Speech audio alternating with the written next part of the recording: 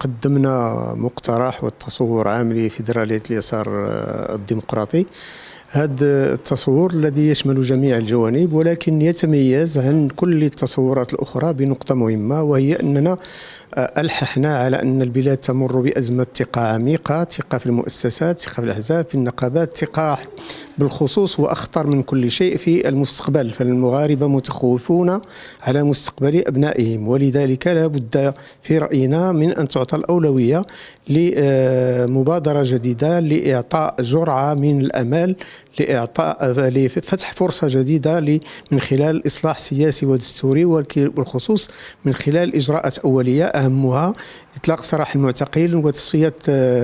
الأجواء لإعادة الثقة والطمأنينة للعائلات، وبالتالي الثقة في المستقبل. فباعتقادنا جميع الإصلاحات في الميادين الأخرى، وخاصة الإصلاح الاقتصادي أو بلورة نموذج تنموي أو الإصلاح الإدارة أو إصلاح القضاء أو إصلاح العدالة، كل هذه الإصلاحات ترتبط ارتباطا وثيقا بالإصلاح السياسي والدستوري الذي ينبغي أن يكون مقدمة كل الإصلاحات، لأن الحقل السياسي مع الأسف